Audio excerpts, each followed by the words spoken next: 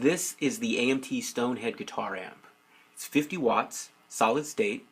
It has 4 preamp channels, and it's designed to give a tube-like characteristic in a very small and light package.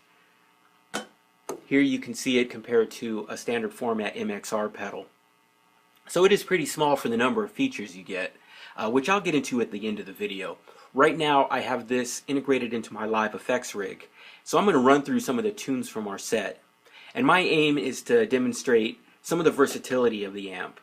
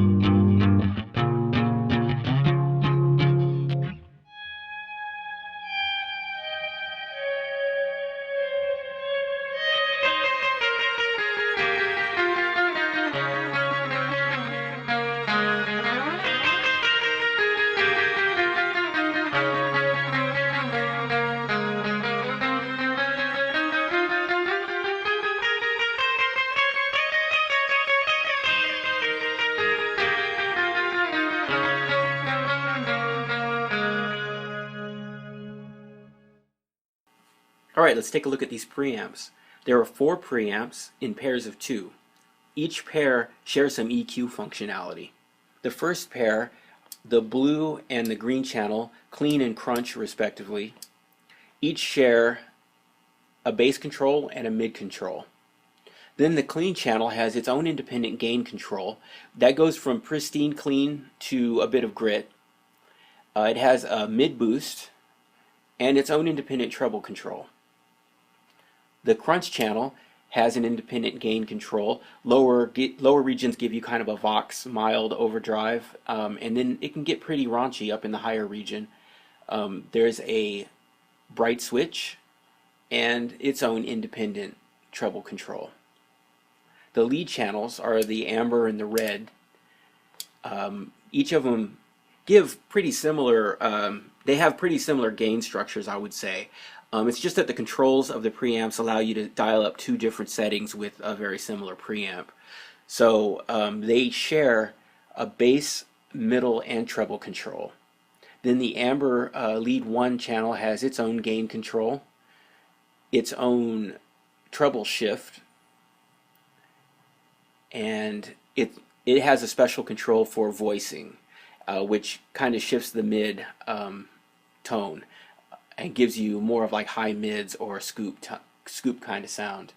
The red channel has its own independent gain control, its own treble shift, and that's it. Now all 4 channels have their own independent volume control, and that makes it very convenient for balancing out the sounds of all the preamps. The 50-watt power amp has A/B master volume controls. You can set those to 2 different volumes and then switch between them. You can also do this with a foot switch, so you can treat that as a master volume boost. And we have a presence and resonance control or reactance. These allow you to dial up a tighter or looser feeling power amp. And then you have an effects loop switch, which is also controllable by the foot switch. Here are the inputs and the outputs on the back. There's a power amp output to go into an 8-ohm speaker cabinet. For the purposes of this video, I was recording that output using a radial JDX box, which is a cab simulated DI that runs between a power amp and a speaker. The foot switch control. These are TRS inputs to control the preamp selection, the AB master volume output, and the effects loop. For the preamp selection, you can use one or both of these inputs. This diagram here shows you how it works. For the video, I was using both inputs and a 4-button controller to select between the preamps. Now, I did have a bit of problem making that work. I tried several analog foot switches and I just was getting unreliable results. So I busted out this foot simulator box by Sound Sculpture, which takes MIDI commands and outputs control pulses. Now, even with this, I had a bit of trouble making it work, but luckily this unit has a setting for long pulses, and that was the magic to actually make this work reliably. And once I had the long pulses selected, I didn't have any more trouble at all. This is a cab simulated output. I was using that in the video as well, running into a radial JDI direct box. By the way, this is on the right channel of the video, and the radial JDX box is on the left channel of the video. Then there's the preamp output and the power amp input. The preamp outputs for taking the signal and sending it to another power amp or perhaps another cab simulated device, and the power amp inputs for bringing other preamps in and using the 50-watt power amp. And here's the effects loop send and return, and there's also a mix control for that. Looks like it's labeled serial and parallel here. I don't have any documentation for this, and I kind of question the way it's intended to work. What I do know, though, is if I'm all the way at serial, I get none of my effect signal back into the amp.